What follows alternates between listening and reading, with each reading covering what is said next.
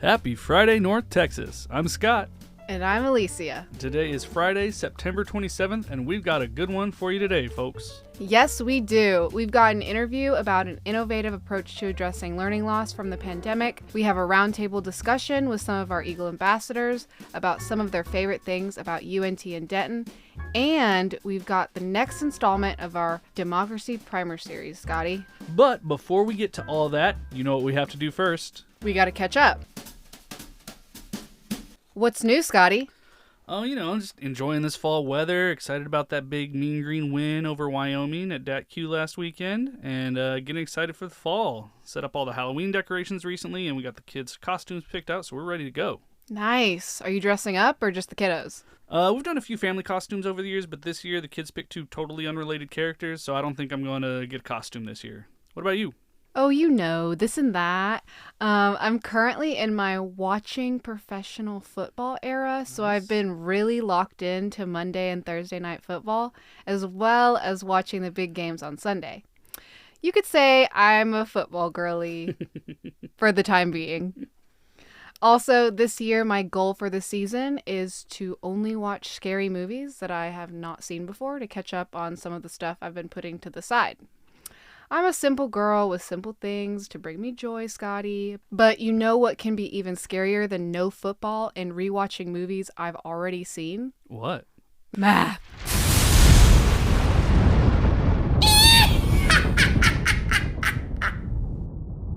Learning loss during the pandemic was no joke, and now a lot of students are entering college with some catching up to do.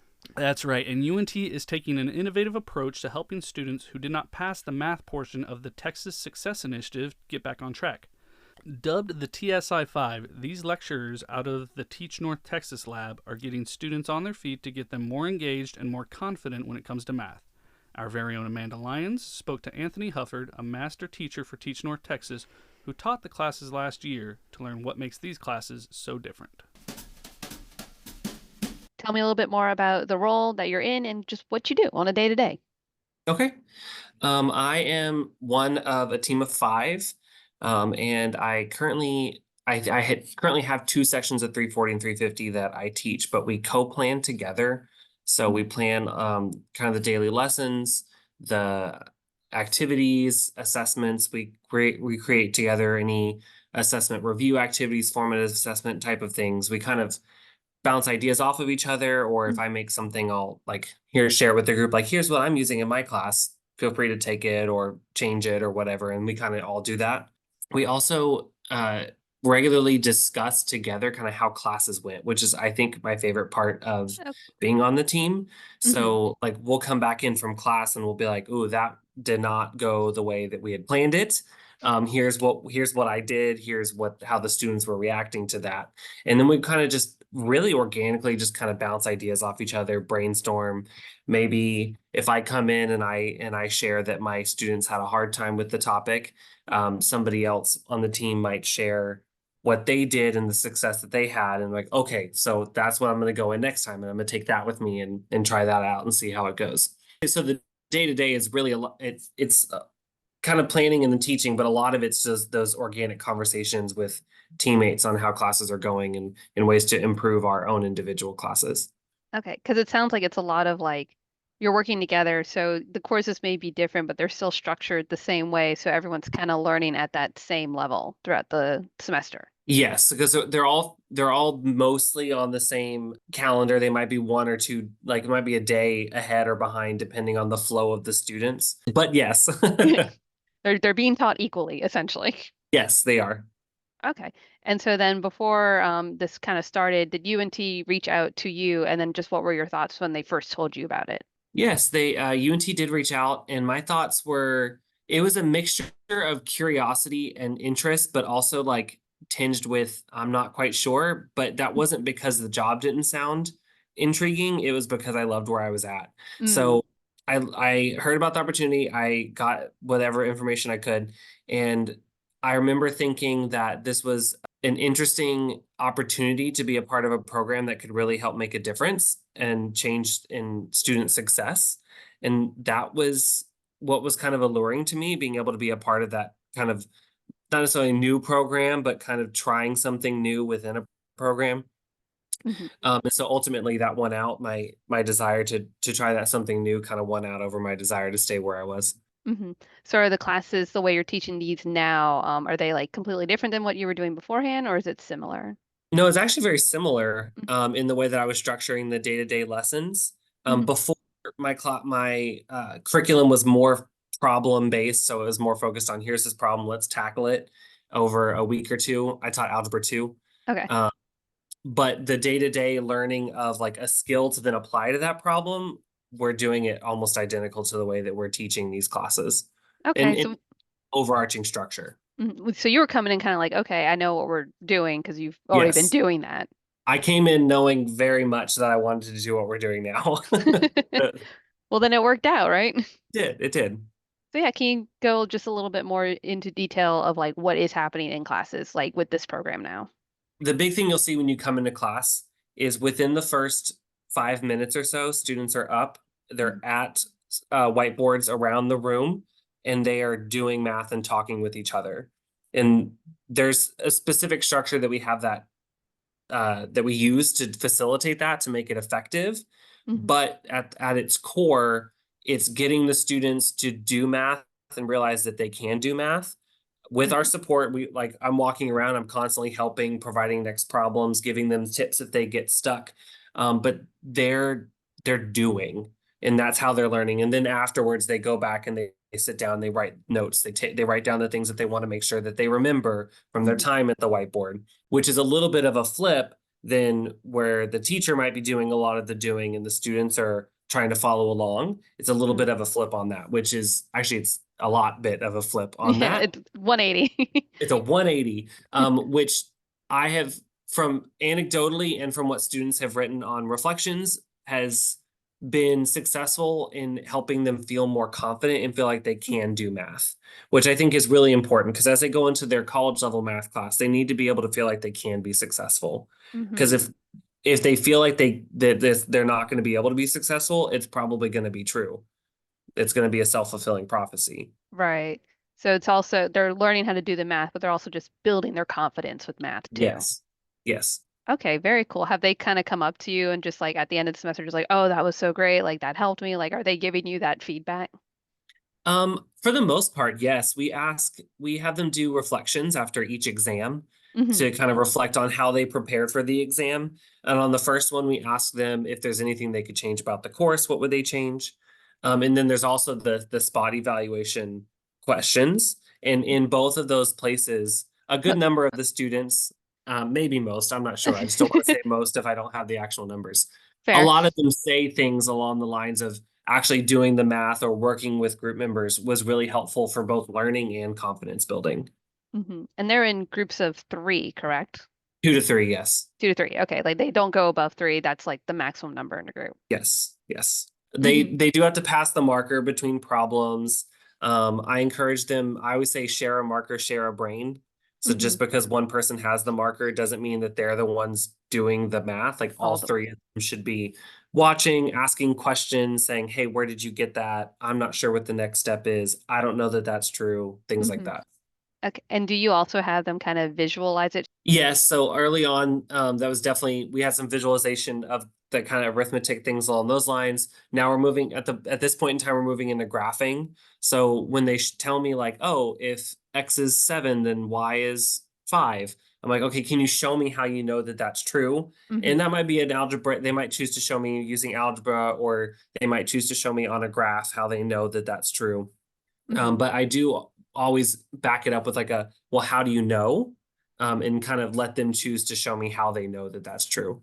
Okay, so you just have them visualize it some way, and I Mhm. guess the goal is that it reinforces kind of how they got there and how they can use that Yes. work for future problems. Yes, and it's helpful for me to see what their thinking was so I can gauge their level of understanding. It also gives me insight into if they're thinking ahead, because today, for example, we weren't quite looking at the topic of slope just Hmm. yet with graphing, but I had a couple groups that were already using that topic to help them with what we were doing today. And that was, had I not have forced them to do that extra representation or discuss with me about it, I wouldn't have necessarily known that.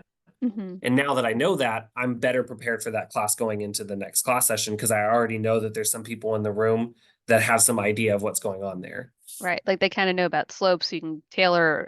Do you tailor the problems to like each group individually or kind of to the whole class? It's one set flow of problems, Mm-hmm. but how they move through that flow is tailored by group.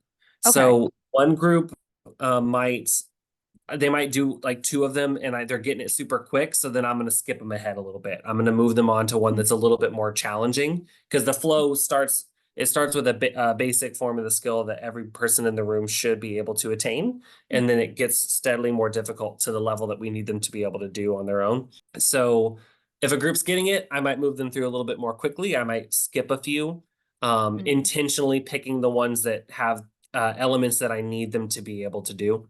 Mm-hmm. If it's a group that is maybe struggling a little bit, I won't probably skip them, but I'll hang around those groups, maybe ask some more intentional questions to get them thinking in the right direction. Or I might say, hey, can I give you a hint here? Or hey, can I offer a suggestion? And then I'll give them that little bit of hint and tip to help them forward. Okay. So you have that flow kind of the plan, but then you'll tailor it to each group's need throughout the class. Yes, and then if there happens to be a group that like every now and then I'll make up one on the fly. Like if I see a need, I might make one up in the middle of the flow to address maybe a certain misconception that a group has.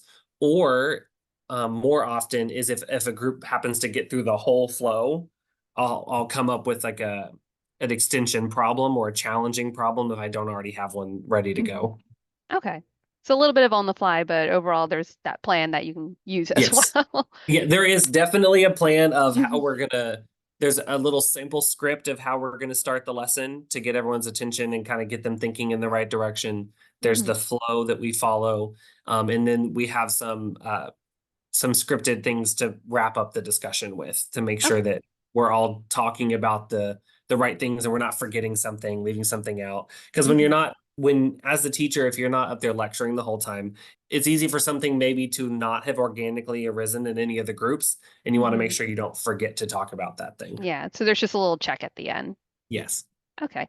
And I think I kind of like skipped over a bit, but since this is just so different, what was it like on like that first day when y'all first started? Like, okay, here's what we're gonna do. Like, how was that reception? Well, it was doubly different for me because again, I've been in high school for 10 years. So coming into a college setting where it wasn't my classroom, these are Mhm. adults. I walked into the room not long before they walked into the room. That was a little bit of a culture shock. Mhm. We quickly got over it because after we went through a little bit of the syllabus and stuff, I had them up and around the room and I had them day one, we weren't doing we weren't diving straight into content, but we were doing, you could think of it along the lines of like maybe a math-based riddle Okay. that gets them thinking towards the topics we were going to be looking at to start the year, but not quite on the surface. This is a math lesson. Right. It was a task designed to get them used to the structure that we're going to be working in groups of 2 to 3. They're going to be random groups. You're going to be standing. You're going to Mhm. be around the room working on the whiteboard. Everyone's expected to have the marker. And since that was the goal to get them used to that, we didn't want there also to be the stress of it being heavily math burdened. So it was more, like I said, like more along the lines of a riddle that they could have fun with. So that you let them like get acclimated to this new idea of you will be Mhm. standing the whole time. You have to talk. I'm not going to be at a whiteboard and just speak Yes. to you the whole time. And it takes a lot of as you go into the semester, there's a lot of verbal reminding Mhm. that we do or that I do in the class. It's like, remember, guys, we're sharing the marker. Remember, please don't sit down. Stand up the whole time. It's good for your brain. And we tell them why we're having them do the things that we're having them do. We give them the reasons of like, oh, standing is good for your blood flow. It's good for your brain. Research shows that you do think better when you are standing. And then as the semester goes on, we have to do that less because they get used to it, gets a little bit more comfortable where they're used to getting up and being in the groups and Mhm. things like that. Like it becomes that second nature over time for Yes. them to just be up and Yes. about. hmm Was the reception at the start like was it pretty good? Like everyone's like, "Oh yeah, this is really cool." Or were there like a couple were like, "I don't want to stand." I think at the beginning, it's mostly neutral, or it was Mhm. mostly neutral with a few grumblers per Uh-huh. class. Like, oh, I don't want to stand. They'd be like, oh, my ankle hurts. I'm like, does it actually, like, do you have a It doctor's doesn't. note? Just joking. But like, Right. does it actually, and then, but by the first test, by the first exam, 4 weeks in, maybe, Mhm. the vast majority are like, okay, yeah, I enjoy doing this. I enjoy getting up and doing the work. Still have some students that don't really like it all that much in the moment. But I Mhm. think even those students who are tired, you'll Yeah. ask them like, oh, like, do you not like standing? Like, oh, well, no, I'm just tired. Like I went to bed Mm. at 5 a.m. I'm like, okay, well, Well, that's why. that might be the problem. That might be the problem. So yeah, back with the students, I guess like what was that level that you were seeing that they were at just on average? And were there things that kind of like gave everyone issues, or is everyone just kind of different on where they were? I don't have like quantitative data to back Mhm. this statement up. But from my observation and from talking with the students as I'm working with them and working with each individual group, they seem to have different little pockets that they are missing. So they all have various experiences in high school or middle school, way back to middle school, even with mathematics. Like some of them will say that they've always struggled with math. Some of them will surprisingly would say, "Oh, I've always really enjoyed math and felt like I was good at it, and I'm not sure how I got into this class." But what they have in common is they have little pockets where something didn't quite click in their learning of it before, or it hasn't clicked up until now. And that specific thing is holding up a lot of other things. And it might, for Mm. example, it might be integer math, like adding and subtracting positive and negative numbers. Mhm. If they struggle with that, they're going to struggle with a lot of other concepts unless they have a calculator to lean on. Right. And for their placement test and for this class, majority, they don't get to use the calculator. So they're having to rely on their own abilities. Mhm. It is common for a lot of these students to have memorized rules Mhm. in they're coming into class knowing rules. Like they'll spout off, oh, that's y equals mx plus b, or oh, that's keep change flip. Okay. They'll say a rule, but then they struggle to know when and where that rule applies and how to Okay. use it, Mhm. which I believe is a common struggle with students who do struggle with math. They have rules that they've memorized in their head. They did the work of memorizing this rule once upon a time, but they never quite understood the where and the why. So Yeah. then years later, when they're having to pull it back out, they remember the phrase a squared plus b squared equals c squared, but they have no clue what it has anything to do. They don't remember how to use it. They just Yes. know it. Yes. Okay. And so then a lot of our job has been not having them unlearn those rules, but Mhm. kind of showing them that they don't necessarily need to memorize a rule. It's more Mhm. important to understand the concept of what's Okay. happening. And then we lean on that more often. So I don't force a student to use a specific rule. Like I mentioned earlier, when you asked about them visualizing a concept, I don't say, oh, show me it this way. I'll say, oh, can you show me how? And then one group might use the rule correctly that they were able to remember, but another group might not use the rule at all and Mhm. just follow a different chain of logic that got them to the correct answer because they were following the understanding of the topic. Right, like they've got they may not be the rule, but they still understood that concept that you were saying, so they can still Yes. get to where they need to go. Yes. Okay. And then so how was that development over the semester? Did everyone kind of do well overall near the end? Are you seeing improvements with the students compared to when they first Definitely, come in? definitely that, yes.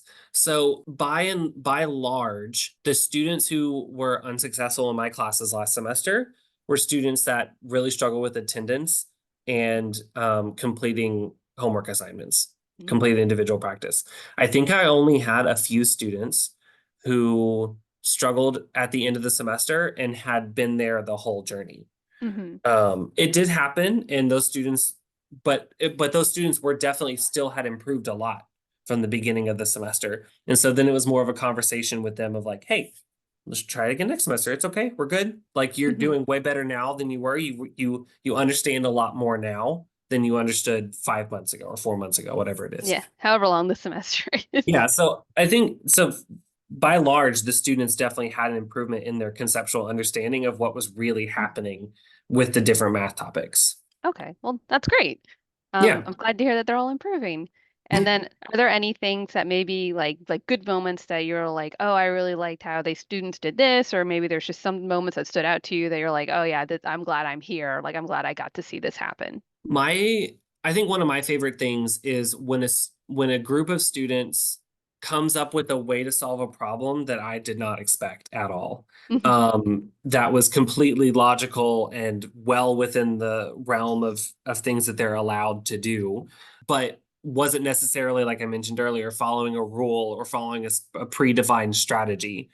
So for example, earlier today, a student needed to divide by a fraction, didn't know how to do that or didn't remember how to do that.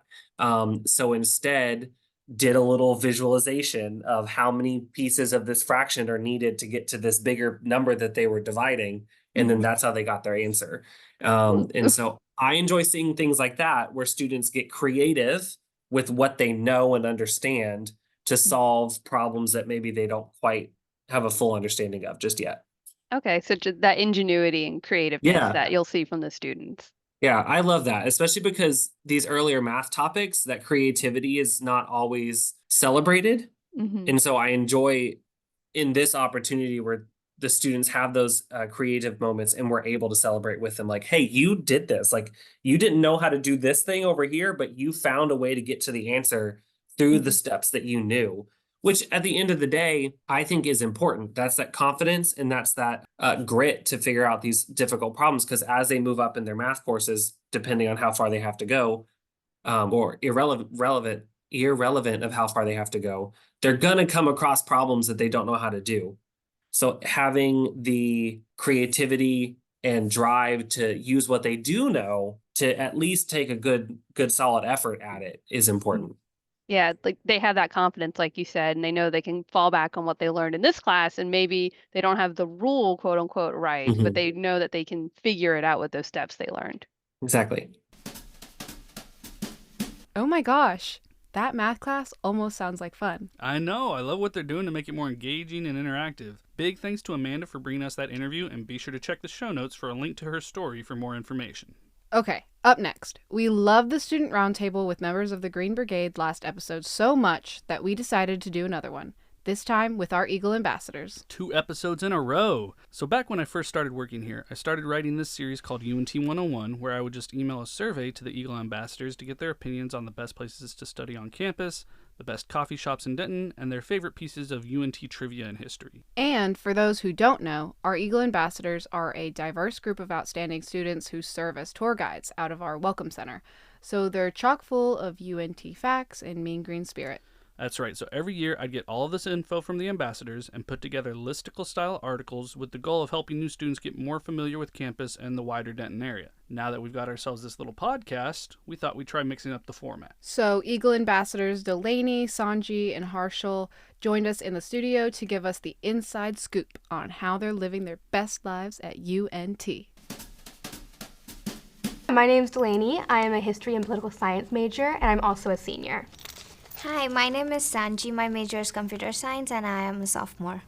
Hi, my name is Herschel. I'm currently a junior here at UNT, majoring in computer science with a minor in cybersecurity and mathematics. Really the tech guy. And yeah, it's been 3 years since I'm here at UNT. Awesome.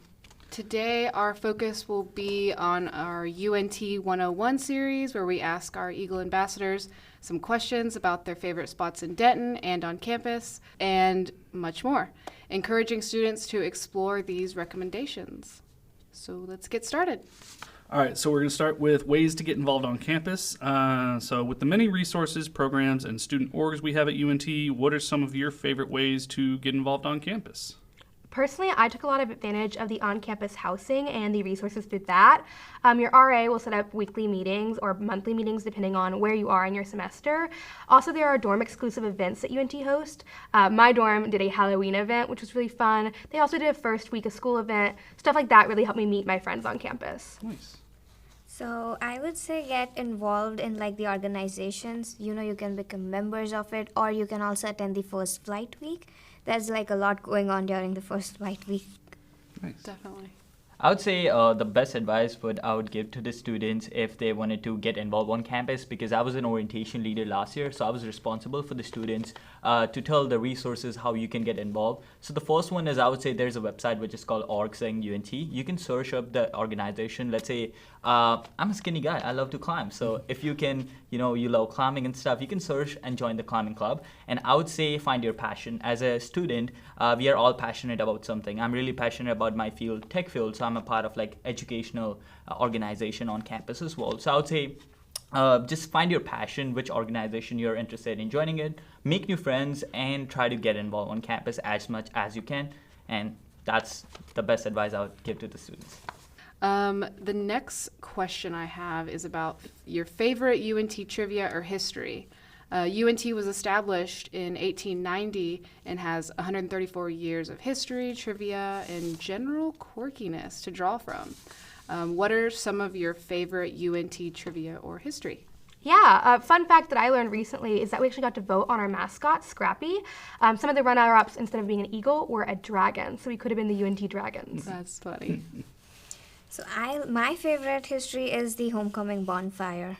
Like, there are fireworks, there are people, there's a bonfire. I love it all. Yeah, it's a super fun tradition. Well, I would say my favorite UNT history tradition would be the Eagle Clan Call and the Alma Mater song. So I used to sing a lot of the time when I was in the orientation, and we also use the Eagle Clan Call throughout our tours. So we are standing in front of the early administration building. We're teaching how to do an Eagle Call. So I think it's one of the most memorable UNT history, which I really like doing it. And the guests are having a great time with doing Eagle Call and Call. So it's pretty fun. You got to give us a call now. I can do an Eagle Call, so I'll be as loud as possible. Go for it. Call! Yeah. That's awesome. All right, next up, we got coffee. For college students, coffee is very important from time to time. You need that caffeine boost to get through those long days of studying or just need an afternoon treat. Which Denton coffee shops would you recommend to your fellow peers? Yeah, personally, I'm a huge fan of West Oak. It's just on the square. But the best part about West Oak is their voltage coffee, which we serve on campus. So when I'm too lazy to go walk or drive over to the square, I just go to the one right by my job and right by my classes and get that good voltage coffee straight from UNT. Nice. Yeah, my favorite is West Oak Coffee Bar 2 in Denton Square. I love their coffee. Well, I would say, to be honest, I'm not a coffee person. I really like tea, and I enjoy drinking tea every single day whenever I wake up. But I would say I have heard great things about Froth Coffee Bar and West Oak Coffee Bar as well. So I would say that could be my recommendation if you are looking forward to visit one of the top coffee spots in Denton. Anywhere you go to get tea? Tea, I would say I like to make my own tea at my apartment. So I would say self-caring is the most. I would say whenever you cook your home-cooked meal, that tastes a lot better than, going outside eating. So I would say I cook my own tea. I'm going to say I like to, make my own tea. So nice. I love that. Yeah, if you haven't got the chance, Aura, which is also just off campus, does a great chai. Oh, really? Yeah. I would definitely, I recommend. We can go together. There's another spot. I can't think of it. It's also on the square. It's next to West Oak. Oh, yes. It's red in color. Yes. That has a great dirty chai. Yes. They also, Yes. not that if we can't remember the name, it's not important, but they do a chocolate dipped strawberry mocha. Oh. Yeah. Oh It's gosh. very gourmet. We were just talking about this too. What is it called? It was, Jupiter? I guess... Jupiter! Yeah, Bingo! exactly. Jupiter. There you go. Jupiter House. Great smoothies, great coffee, and that strawberry dipped chocolate mocha. Amazing. But I would say we have two Starbucks on campus. One is outside, which is kind of like right next to the early administration building. One is inside the university union. My favorite drink is mocha cookie crumble. So if you're looking forward to try a new drink at Starbucks, definitely I would say you can try that. Nice. Good recommendation. All right. Next up, we're going to talk about music venues.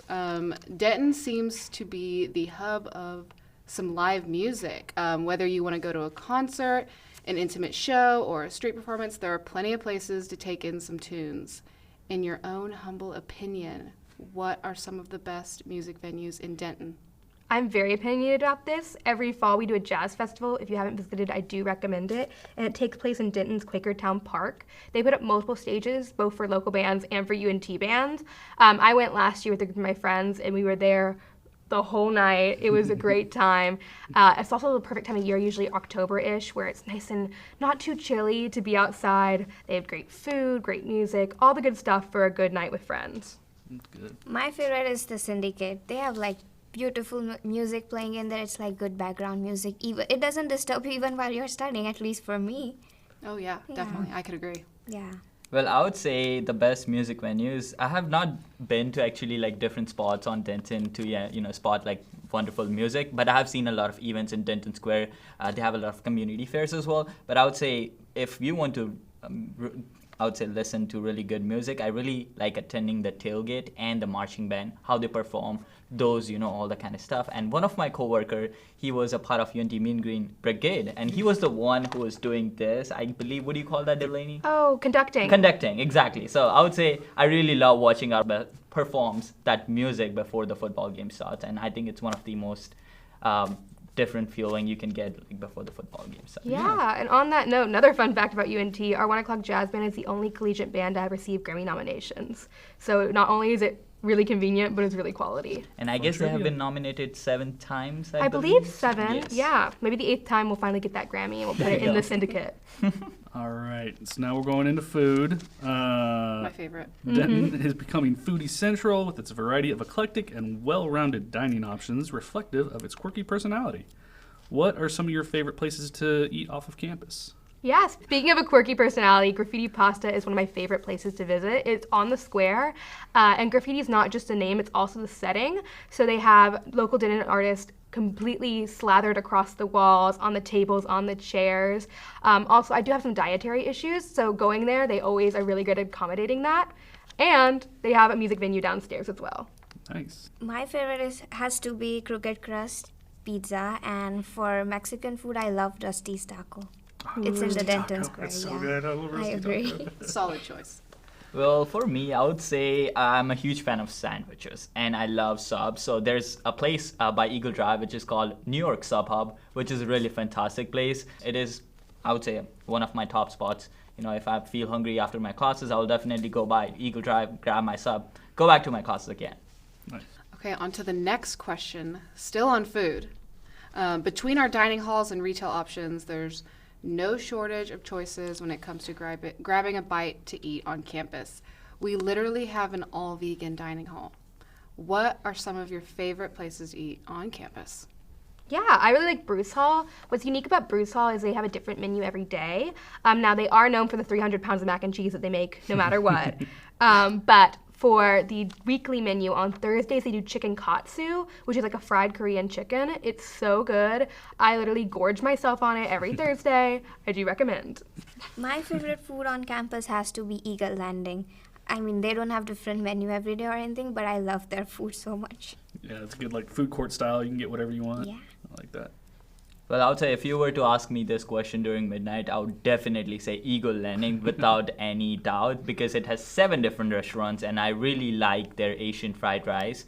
And the second thing which I really like is about the burger, the option they have falafel, they have chicken and all that kind of stuff. So I would say if you're looking forward to, try variety of stuff in your diet, Eagle Landing is definitely the place. And you can actually tell your mom, hey mom, I just gained 10 pounds this weekend by eating at Eagle Landing. They have really good desserts and stuff, and if you're a really good fan of brownies, absolutely you gotta try the Clark Bakery, which is right next to Chibo Fresco Italian food. So I love that place. Nice. I'm learning so much. Oh my gosh. Now I need to go. I need to go again. I was literally there the last year they started Eagle Landing. Yeah, I was there too. My senior year.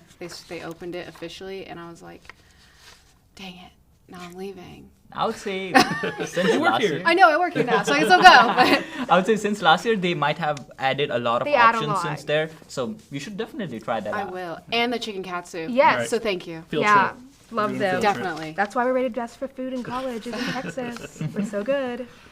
All right. You mentioned studying in the syndicate. What are some of the best places to study on campus and get a little peace and quiet? Oh, it could be Willis Library basement floor. I mean, that's like the quietest part.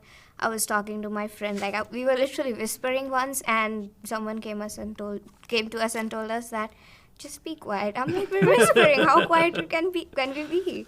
Yeah, I see people majoring shushing sometimes. Yeah. So I prefer the second floor of Willis because it's more collaboration based. They also have rooms to reserve up there. But when I'm not in Willis, I'm definitely in the BLB. They're more open concept. And if it's like a nice fall day, they have a rooftop lounge that you can go study on. So I'm big on that for sure. Yeah. I would say for me, best place to study on campus is when I went to my chemistry class for the first semester. This building is called Environmental Science Building. And I would just go in there. There's not too many students in there. There's study tables where you can sit, you can charge your phone, charge your laptop, and study there. So it's very peaceful down there as well. And there's like a bunch of plants surrounding that building. So it feels like you're studying right next to nature. And there's a pond outside of the Environmental Science Building. So let's say you get stressed out, burn out, and you're studying for like 4 hours consecutively, and you want to chill with your best friends, turtles and tortoise. You can absolutely grab some strawberries for them. I really think they love strawberries, because last time I went there, I had the whole box of strawberry and I shared it with the turtles, so Aww. they really like that. So sweet. All right. Some UNT bucket list experiences. Every college has its own traditions and experiences that make it unique. Is there something every UNT student should experience at least once? Oh, definitely the ring ceremony. You all have to graduate, so you all got to go to the ring ceremony. My favorite thing about ring ceremony is I've watched plenty, and sometimes the seniors get really excited and it becomes a splash zone. So that's probably the favorite part of our ring ceremony, is that it's so interactive. Yeah, for me, the bucket list has to be the homecoming week. There's like football, there's obviously the bonfire, my favorite tradition. Yeah, and a lot of other events as well. I would say I definitely agree with what Sanchi just mentioned. It is happening every single year. So I would say you have 4 years to graduate at UNT. So you should at least once in your college journey. So I would say homecoming bonfire is my favorite tradition. Yeah, bonfire is pretty epic. All right, we are down to the last question. Denton is known for its vibrant community, love of music, and commitment to small town culture. As our students spend the next few years here, they'll slowly start to discover new things about the city.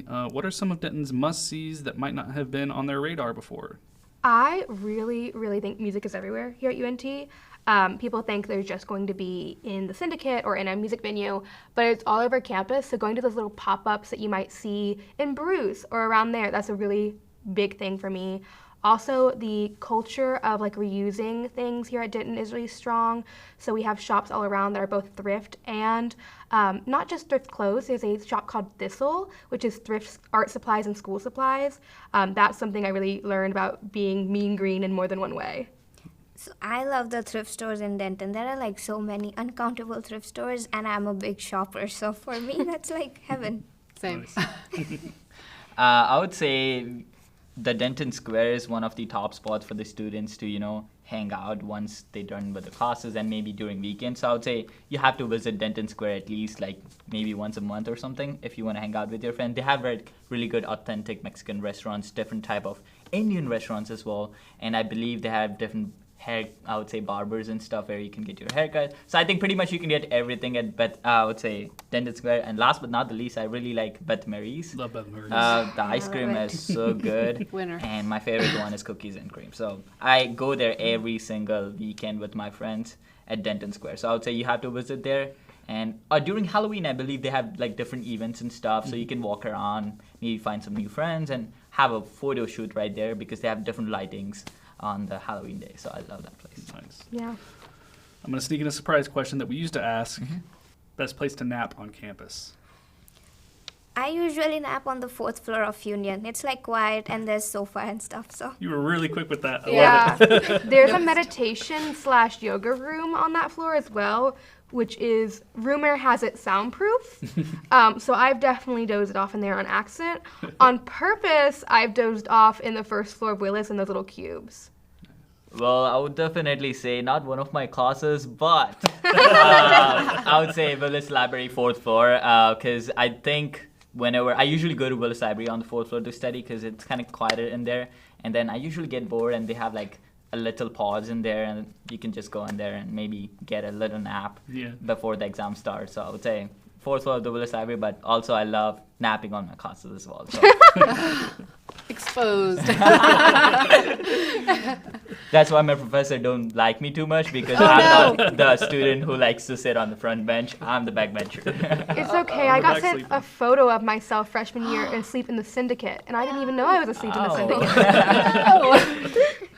Oh my goodness. Well, thank you guys for coming on the pod, and thank you for all these great answers and recommendations. I'm definitely going to use a lot of those. So, yeah, be sure to give @TourUNT a follow on Instagram to learn more about the Eagle Ambassador program. Go Mean Green, baby. Woo, Go Mean Green! Alicia, that interview was so fun. It's always so energizing when we get a chance to talk to students. For sure. They were so great. Be sure to check out the show notes for links to learn more about the Eagle Ambassador program or to book a tour and meet one in person. Scotty, I hear you have another Democracy Primer segment for us up next. You heard right. The election is just a few weeks away now, and I think this interview should be especially useful for Texas voters. Just down the ballot from the presidential election, we have Senator Ted Cruz is facing a challenge from current House Representative Colin Allred. As always, we're not here to tell you who to vote for, but we do want you to be as informed as possible. So I spoke to political science principal lecturer Eddie Meaders to learn more about some of the key differences between the Senate and the House. This one's a little bit longer than our typical segments, but I found it really informative with a lot of information I didn't fully retain from my social studies classes. I know I've learned about this in like 8th grade social studies class about the differences between the House and the Senate, but I haven't really retained a ton of it. So can you give me just a kind of a basic explainer? Because there's the House of Representatives, there's the Senate. When people say Congress, does that just refer to both as one body? Okay. All right. Good questions all around. All right. So you look in Article 1 of the Constitution. It's very interesting that the very first thing that they take up in the Constitution deals with the legislative power. And we are talking about the government having the power to do things, but it says all legislative powers herein granted shall be vested in a Congress of the United States, which shall consist of a Senate and a House of Representatives. All right, that's how Article 1 starts out. Why did they put it first? Well, making laws is one of the things we want the government to do. And that's probably, the government can't do anything without having the authority of Congress behind it. Congress has to allow the government to act. That's, theoretically, that's why we have government. We want government there to bring order to society, because boy, if we don't have government, everybody's out doing their own thing. All right, so Congress created what we call, or the Constitution created what we call a bicameral legislature. Now I think that's a Latin word, but two-chambered is what they're referring to. And so you have two chambers. Now, in Congress, these two chambers are going to be the House of Representatives, and then we're going to have the United States Senate. Now, one of the things that's interesting is that the constituency of the House is different from the constituency of the Senate. And by constituency, what I mean is these are the residents in the area from which an official is elected. So, for example, Congressman Jackson's district, which I think kind of includes part of Western Denton, and then goes all the way up. I don't know where it goes. It gets lost up there in the Panhandle somewhere. All right. Now, the people that are living in that congressional district are Congressman Jackson's constituents. They're responsible for deciding whether or not he gets elected to office, or if he's in office, if he loses office or whatever. But those are his constituents. Now, somebody like Senator Cornyn, his constituency is everybody in Texas, because the U.S. senators from Texas are elected on a statewide vote. So the constituency for the House is limited to a congressional district, probably around 750,000 folks. I don't remember the exact numbers. It kind of changes as the population goes up. But when Congressman Jackson, he's running for re-election this year, I believe, and he only has to worry about the voters in his particular congressional district. Senator Cornyn, or maybe we should talk more about Senator Cruz since he's up for re-election. Senator Cornyn, by the way, is seeking to become the Republican leader in the Senate. So we'll see how that works. But Senator Cruz is up for re-election, and that decision is going to be made by the voters of Texas. But that was on purpose. When they have different constituencies, the House members are more attuned to local interest. Senators are more concerned not only with what's going on in Congressman Jackson's district, but Senator Cruz has got to worry about what's going on out in El Paso. He's got to worry about what's going on in Beaumont. He's got to worry about what's going on in Texarkana. He's got to worry about what's going on in Brownwood. And the needs of a congressional district may be entirely different. I lived out in West Texas for a long time, and it was helpful if you were a U.S. representative, if you were on the House Agriculture Committee, because you get out in West Texas and there's lots of cotton and cows.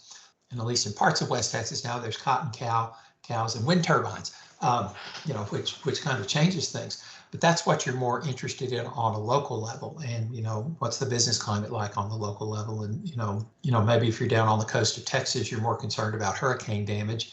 And, maybe up in this part of the state, we're more interested in damage from tornadoes or something, or wildfires. But that was deliberate on the part of Congress. When they were drafting the Constitution, there was a big issue of how do we want to provide representatives. The U.S. is a republic, which means that we elect our government officials and they go and do, the people's business as far as coming up with rules and regulations and all of that. They make the laws. But the question was, how do we represent folks? And basically it boiled down to an issue between big states, big population states, and little states.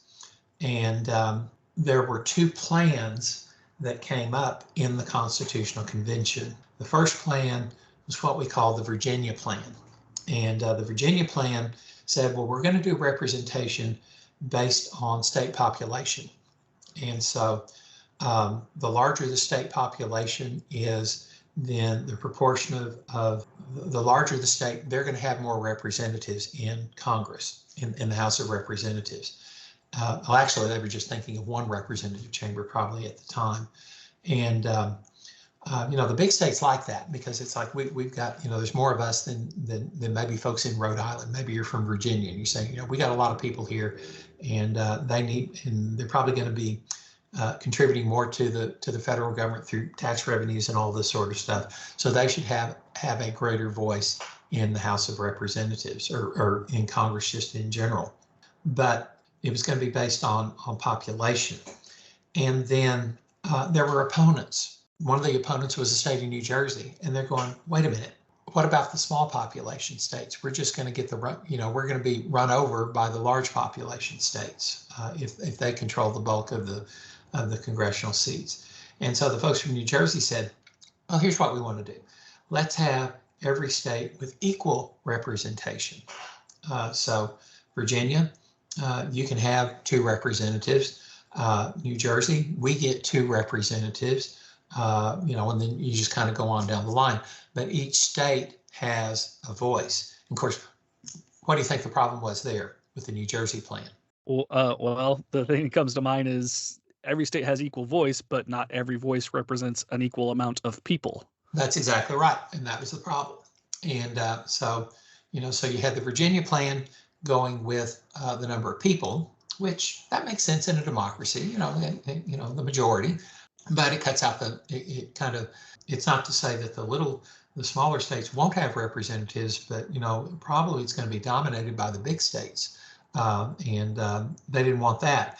And then, of course, the big states kind of balked at the New Jersey plan because it's like, just as you said, that's not going to be fair because you got 2 folks representing a lot more folks than maybe in New Jersey.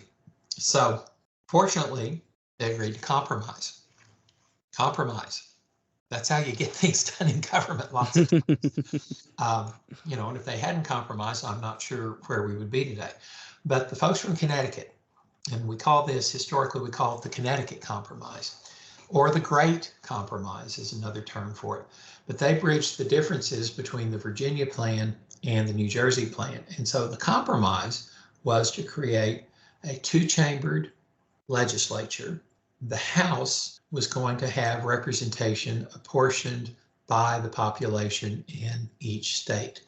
So the House is based on population, and then the Senate is based on equal representation of the states. And so a small state is going to have 2 senators. A large state is going to have 2 senators.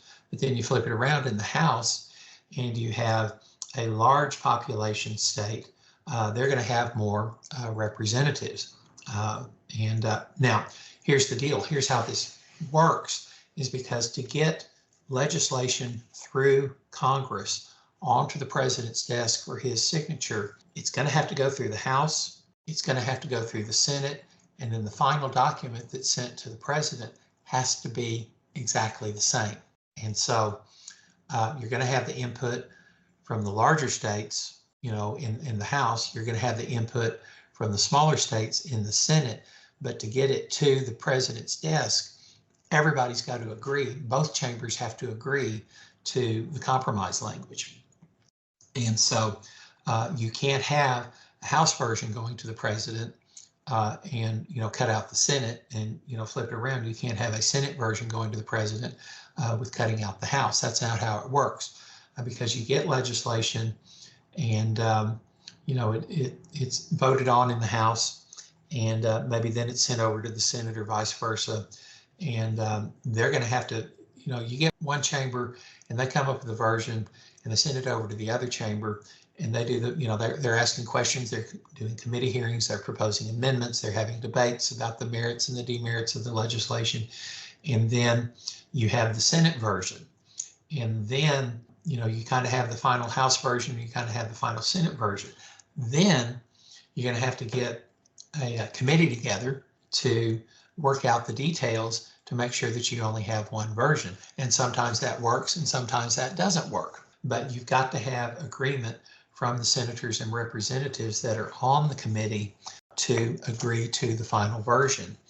And then you have to send it back to the House and the Senate, and it's kind of an up or down vote on this. And, the legislation could die any step of the way here, because, maybe the Senate says, nope, we're not going with the House version. We're not going to do it. Or the House goes with, says the same thing about the Senate version, and that won't work. And so there's got to be compromise, and there has to be agreement between the House and the Senate. So you have agreement between the large states or the population states, and then you have agreement with, now it's interesting with the Senate, originally the state legislature, maybe the governor or whatever, picked the senators. And we did not have direct election of the senators for quite a while. I think that was something that came in the 19th century, but started to have direct elections. But originally, the state legislature would pick the senators, and then they'd serve for a 6-year term and all that. But the senators were really there to represent the interest of the states. But then the voting, and it's kind of like, well, why are we voting for the legislature to pick the senator? Why can't we just pick the senator on our own? And it just kind of morphed into that. But, you think of a state like Texas. The 2 largest states in the union right now are Texas and California. I guess you got one progressive state and you got one conservative state there. Between the two states, they control, probably 60, 70 seats. I don't know the exact number off the top of my head, but they control, maybe out of the 435 seats in the House. That's a big chunk because we're the largest population states. Now, after the last Senate or the last census, California actually lost some of their population, and they actually lost a congressional seat because it no longer didn't have the population to support it. And Texas actually picked up an additional congressional seat, which we have been doing, for the past 20, 30 years, I guess, as the population of Texas increases. And as that happens, we get more representatives coming from Texas just because we have the population. So, it really wasn't any kind of surprise to me a few years ago when we had kind of Kevin McCarthy was when he was Speaker, and then when he was Republican leader in the House, he was from California, and Nancy Pelosi, for the Democrats, she was from California too. but two different parts. But the odds were a little bit better that you could have two people doing that, just because of the numbers. But now, what happens if your population is declining, you actually lose congressional seats. Now, every seat every state is going to get at least one representative, even if they don't have 700,000 or 800,000 folks to support it, because they're at least going to get one representative. But you have a small population state, I think it's like Wyoming may have a small population. They only get one U.S. representative. But flip it around, they get 2 U.S. senators. And right.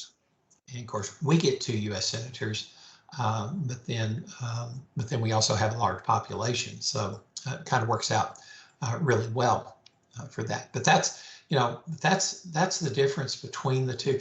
The other thing that's kind of interesting between the House and the Senate is that the House terms are only for 2 years. We kind of touch back on term limits. And they did that on purpose because they wanted, you get elected and, you think about, okay, all the issues that we're facing here in 2024. All right. And you get elected to the House and you're kind of very much aware of all of the issues and the political demands and the controversies and all this. And you've come from that and you're dealing with that. And in another 2 years, you may still be dealing with that. I guess my point is that the House is designed to maybe be a little bit more reactionary. And so the current trends or whatever that are going on now, you limit the term for the House member is at 2 years. But public opinion can change. Or it may not change, but 2 years, that was deliberately done because they wanted to keep them rather fresh. And if their ideas were kind of 2 years old or whatever, then they want to be able to get somebody else in there that has the freshest memories or whatever, and or what's on the people's mind at that time. I guess one way you could think of it is House members are a little bit more politically vulnerable. Because they've got to stay up on all the current events and what's going on, and they need to adapt with the changes. And those could change in a couple of years. And if that's the case, if they're not changing enough, then they can bring somebody else in that represents the new line of thinking. Senators serve 6 years. And one of the little quotes I've got here, it was designed to guard against excessive democracy. What I like to tell my students sometimes is, maybe you're growing up and you're a teenager. All right, you go to your parents. Oh, I need this. It's this is the latest whiz bang, electronic something, whatever, and it's so wonderful. And everybody has one, and I need one. And you take that idea to your parents, and you're probably seeing it. Your mom or your dad kind of goes back and goes, "Well, let's think about that." And all of a sudden, you're like, "Uh-oh." That may be kind of one way to think of the Senate, because they serve for longer. And they are not as sensitive to changes in public opinion. And they can look at an issue and think, okay, yeah, the House has kind of proposed this, but the House is kind of quick-tempered, and they're kind of coming up with stuff, and maybe they haven't thought the idea through well enough. But we're here, and maybe I've just gotten reelected, and I'm going to be here for 6 years. Those House members are here, only for 2 years. And I'm looking at it from a little bit different perspective, and maybe I've got some institutional memory or whatever, and they may kind of be like, well, let's tone that down a little bit, or yeah, that's a good idea. Have you thought about this, or have you thought about that? But that's what the Senate's supposed to be, because sometimes a senator can make a politically controversial decision that if the House member were to do the same thing, the House member might be voted out after a year or two in office. The senator, though, may be able to do that, and then folks may not be so angry at the senator 6 years later when they're up for re-election, because time can kind of heal things on that. So, and then of course, another big difference between the House and the Senate, the Senate is alone given the power to ratify treaties and presidential appointments. So, if it's a Supreme Court vacancy, the House has nothing to do with that. And if it's ratify a treaty, like trade relations between the United States, Mexico, and Canada or whatever, that is solely the authority of the Senate. Now, the House is given sole power to originate revenue bills. So we're talking taxes, and people get angry about taxes. It's just one of those things. But I'm kind of realistic with stuff. It's like, yeah, you're going to have to pay taxes. It's just, you just got to do it. But those have to come out of the House because we're talking about, generating revenue and taxes, and that's a politically sensitive thing. And if people don't like it, they can vote these guys out a lot sooner than they can in the Senate. There, so that's the House of the Senate. Simple. With the House having 2-year term limits, and you talked about how the numbers can shift. Texas is getting a new representative. California's losing a representative. How often do those shifts happen? Because that's based on the census, right? Yeah, that's the census. So every 10 years, everybody stops and we count noses, and then you kind of get an idea of the population of each state, and that's what we call the process. The technical term is called reapportionment. So every 10 years, and this only affects the House of Representatives, but based on the population, every 10 years we stop and count noses, and then you've only got 435 House seats in the House of Representatives, and then every state is going to get at least one representative, but then those other congressional seats are all going to be based on population. So what we've kind of seen over the years is the population of maybe some of the northeastern industrial states has declined, and then you look, I say it's all because of central air conditioning, but you have a number of people moving from maybe the Northeast, and then they're moving to places like Texas and California. And you see, I think here in the DFW metro area, we're one of the fastest growing areas of the country. And so but that happens every 10 years. And so they figure out how many states or how many representatives each state is going to get. And then that's what we call the reapportionment. And so we figure out how many representatives each state is going to get, and that can change every 10 years. And then there's what we call redistricting. And so once a state figures out how many U.S. representatives they're going to have, then it's up to the legislature down in Austin to figure out how those congressional district lines are going to be drawn. And if you pick up population, then you got to work with the current districts, but then you may have to redraw the district lines a little bit so that you take account of the population. I think the last time we did this here in Texas, based on the 2020 census, I think at least 2 of the seats, probably since the legislature is controlled by the Republicans, 2 of those seats were going to go to could be to the benefit of Republican office holders, and then one of the districts was going to be more likely than not Democratic. Because we do have Democrats in Texas, and we do have U.S. representatives that are Democratic, but they're kind of scattered all over the state. But there's a process called gerrymandering, which that's kind of the political fight on drawing those district lines in such a way that maybe benefits the Republican or the Democratic Party. Now, since the Republicans have controlled Texas politics on a statewide level for years now, the legislature is going to do everything it can to draw the congressional district lines in a way that will benefit the Republicans. If you're in a state, a different state that's has control of the Democratic Party in the legislature, the Democrats are going to do the same thing, and they're going to do as much as they can to draw congressional district lines that benefit Democrats and make it harder for Republicans to get elected. Yeah. I feel like gerrymandering could be its own full, if not segment, its own full episode. That's a whole ball of yarn. I was just going to ask, one more question about the House versus Senate. Obviously, the populations are different. I think you said 435 in the House. It's 100 in the Senate. Can you talk about, is there a general perception of one being, I don't know if prestigious is the right word, but with the Senate being less people, is that generally considered to be a more powerful position, or can you talk about that a little bit? Well, they're equally powerful. Nothing's going to happen without the consent of the House and the Senate. So the thing with the senator, though, they have longer terms. There's less of them.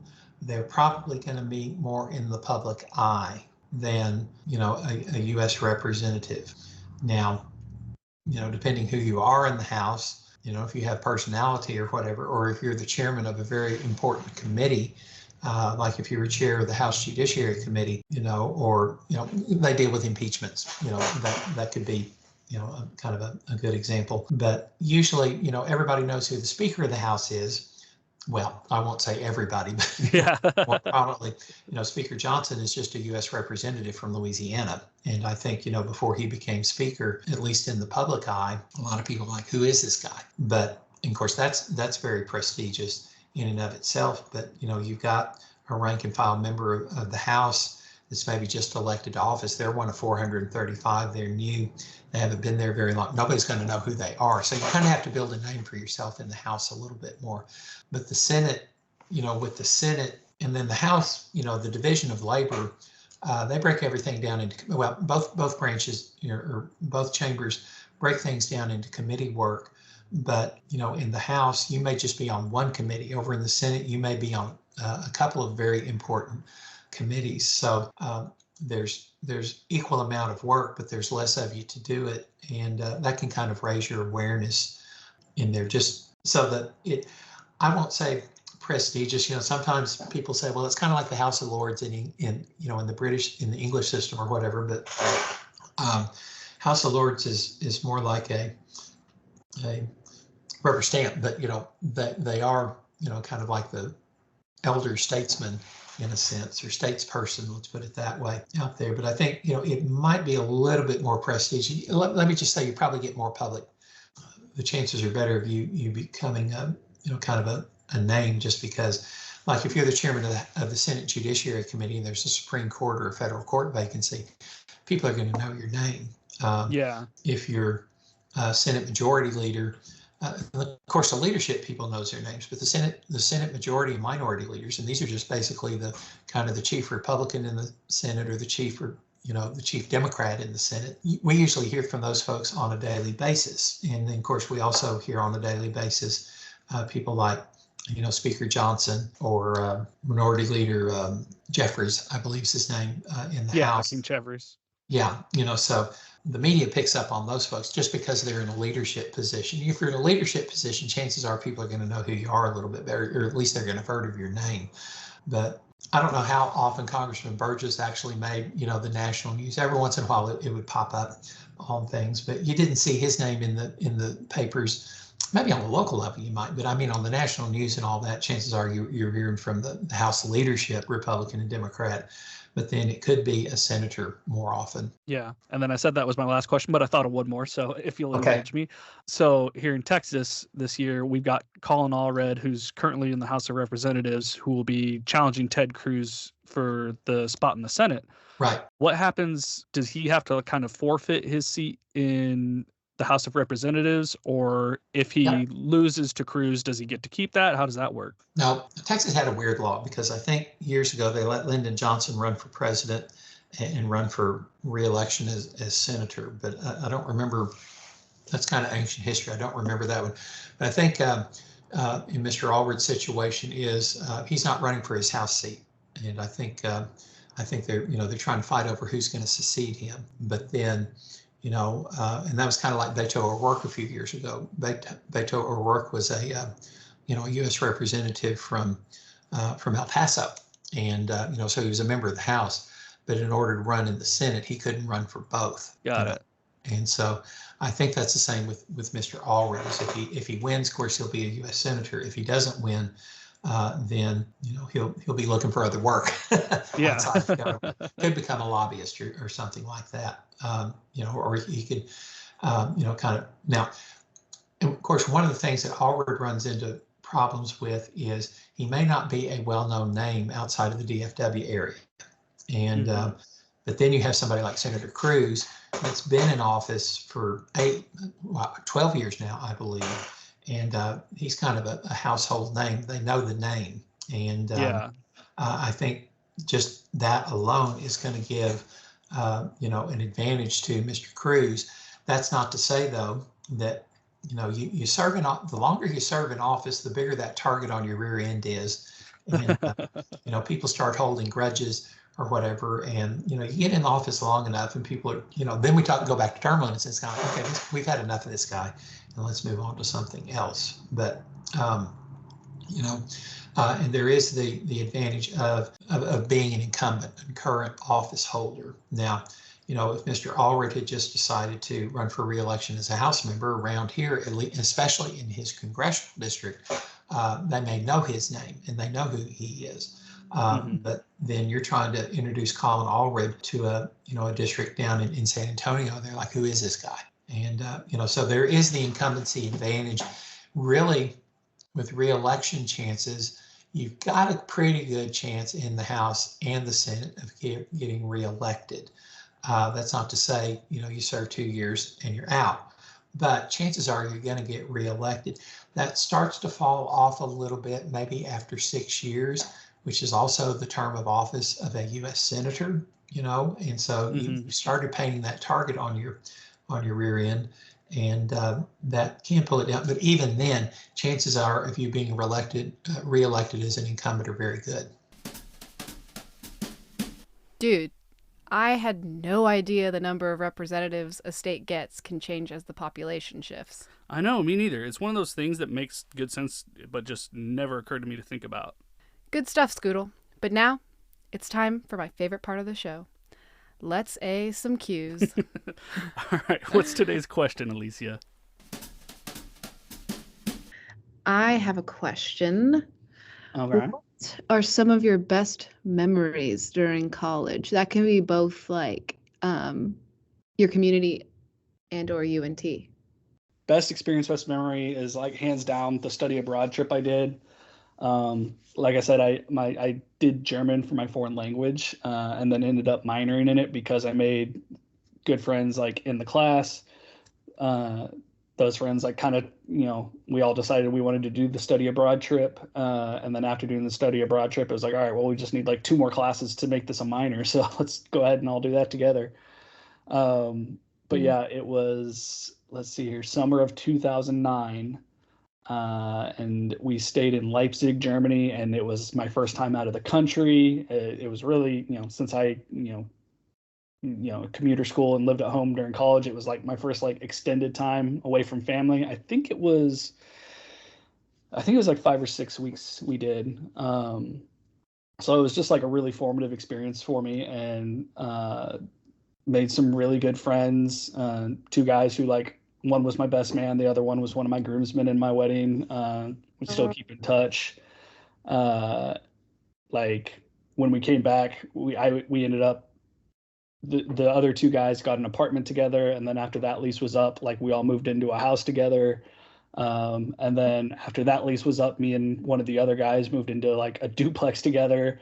So yeah, that was for sure like the biggest thing for me that like just had a real impact, and was kind of, you know, first time traveling out of the country. Was like, that's a big like growth moment for me for sure.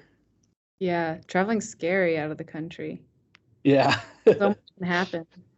Yeah, and doing it like, I don't know, I can't remember exactly. I know like a fair amount of the class like all traveled together, like left DFW at the same time and were on the same flights, but I wasn't, so I had to like meet everybody there. So I was like, you know, going to a foreign country for the first time ever, like by myself, and having to figure out like how to find everybody.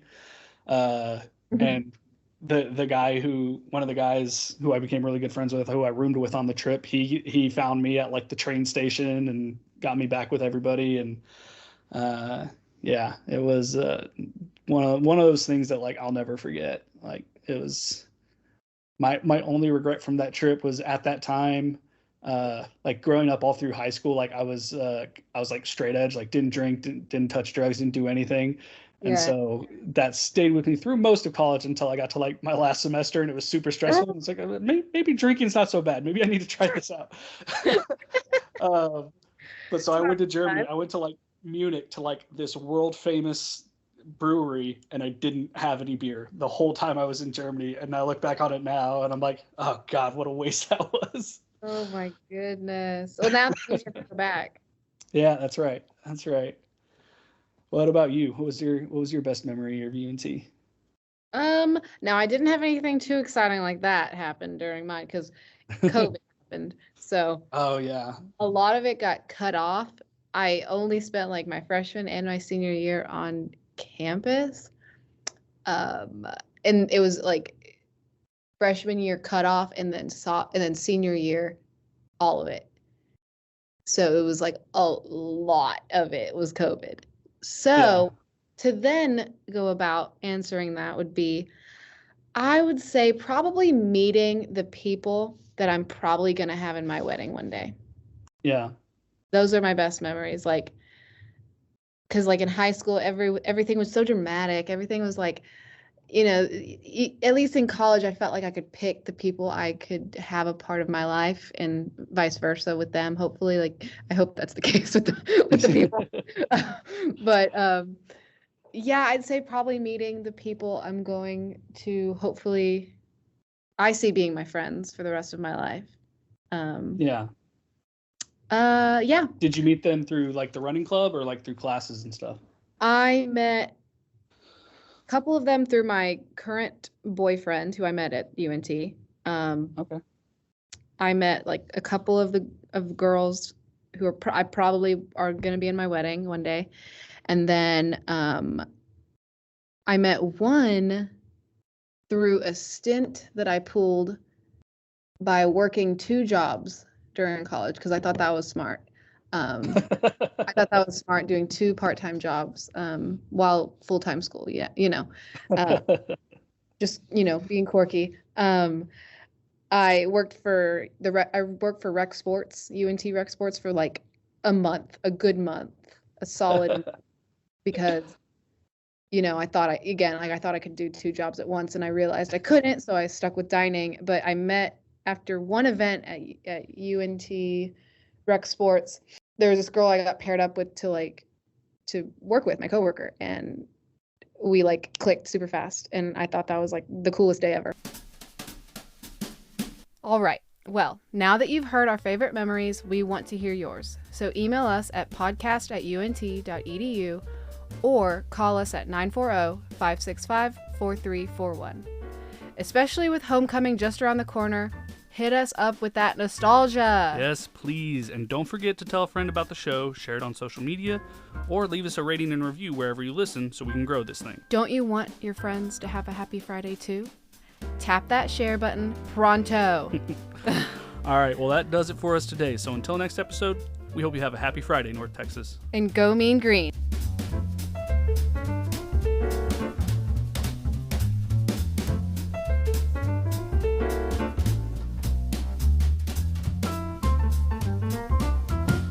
Happy Friday, North Texas is a production of the University of North Texas. Today's show was produced and edited by Scott Brown with original reporting by Amanda Lyons, Alicia Zartman, and Scott Brown. For more information, visit unt.edu/podcast.